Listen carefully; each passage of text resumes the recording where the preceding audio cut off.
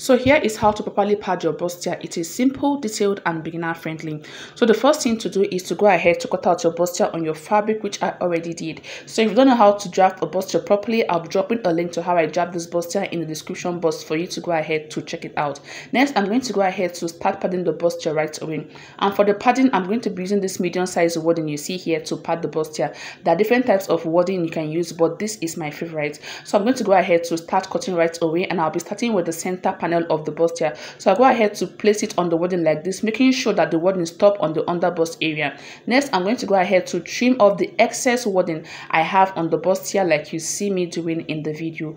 So once I am done trimming it, I'm going to go ahead to fold the neckline area. Then I'll go ahead to cut out the wadding I have at that point to reduce bulkiness when joining my main fabric to my lining. The next thing I'm going to go ahead to do now is to move over to the side panel of the bustier.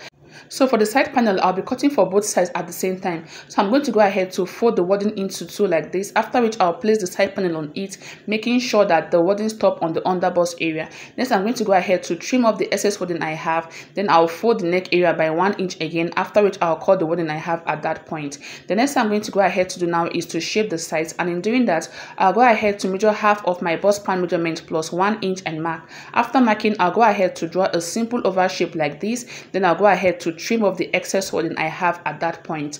So once I'm done doing this, next I'm going to go ahead to do now is to cut out my ST. So I'm going to go ahead to place both the side and the center panel on this gum canvas. Then I'll go ahead to cut out the gum canvas for both the side panel and the center panel of the bustier like you see me doing in the video. So once I'm done doing this, the next I'm going to go ahead to do now is to attach the ST and the wadding to my bustier. So after attaching the ST and the wadding to the bustier, this is what it is going to look like. Next, I'm going to go ahead to stitch the center panel to the side panel. So after stitching, this is what the bustier is going to look like. As you can see, it's looking so nice already. The next I'm going to go ahead to do now is to quickly notch the bustier like you see me doing in the video. Then I'll go ahead to start ironing with my tailor's ham. So for the ironing, I'm going to go ahead to open up the seams like this. Then I'll go ahead to iron both the good face and the wrong face of the bustier. So once I'm done ironing the bustier, this is what the bustier is going to look like. As you can see, it came out really nice and very lovely. So thank you for watching. I will see you in the next tutorial.